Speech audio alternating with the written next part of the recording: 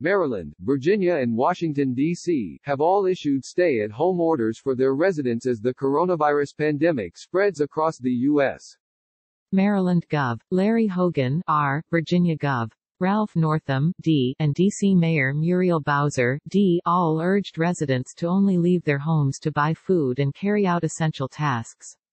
Hogan earlier in the day announced the order, saying non-essential businesses must remain closed, and essential businesses will have to scale down their operations and allow telework as much as possible. The Maryland order goes into effect at 8 p.m. Monday. The Virginia order goes into effect immediately.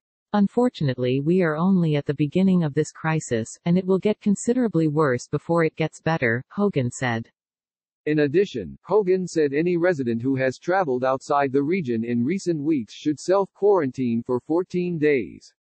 In 2 weeks' time, Hogan said the Washington, D.C., Maryland and Virginia areas could look like the New York tri-state area, which is struggling with more than half the country's coronavirus cases and a death toll of more than 1,000. Despite repeated warnings, Hogan said people have been ignoring his executive orders and directives for more than 3 weeks. Those individuals are endangering themselves and their fellow citizens, Hogan said. Hogan said he is concerned about the virus spreading to, literally thousands, of facilities in Maryland.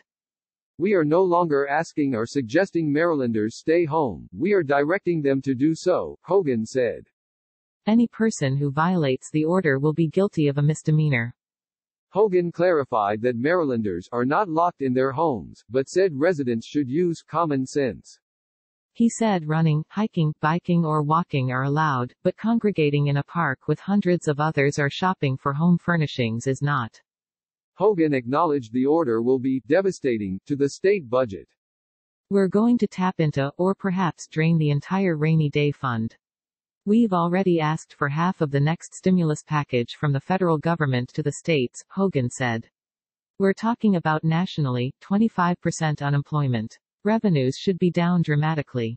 Northam made his announcement shortly after Hogan, imploring residents not to leave their homes unless absolutely necessary.